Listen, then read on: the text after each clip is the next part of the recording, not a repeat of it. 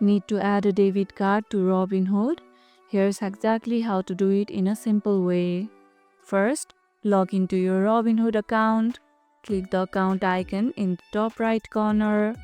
Then select Transfers from the drop-down menu. You can also search transfer in the search bar right here. Choose link new account and look for the debit card option. It's different from bank account linking. Have your debit card ready.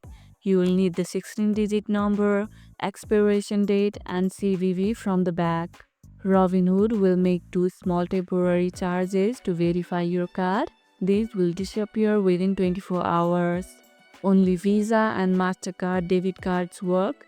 Prepaid cards and business cards usually won't connect. If you get stuck, try clearing your browser cache or switching browsers. Sometimes this fixes linking issues. Did this work for you?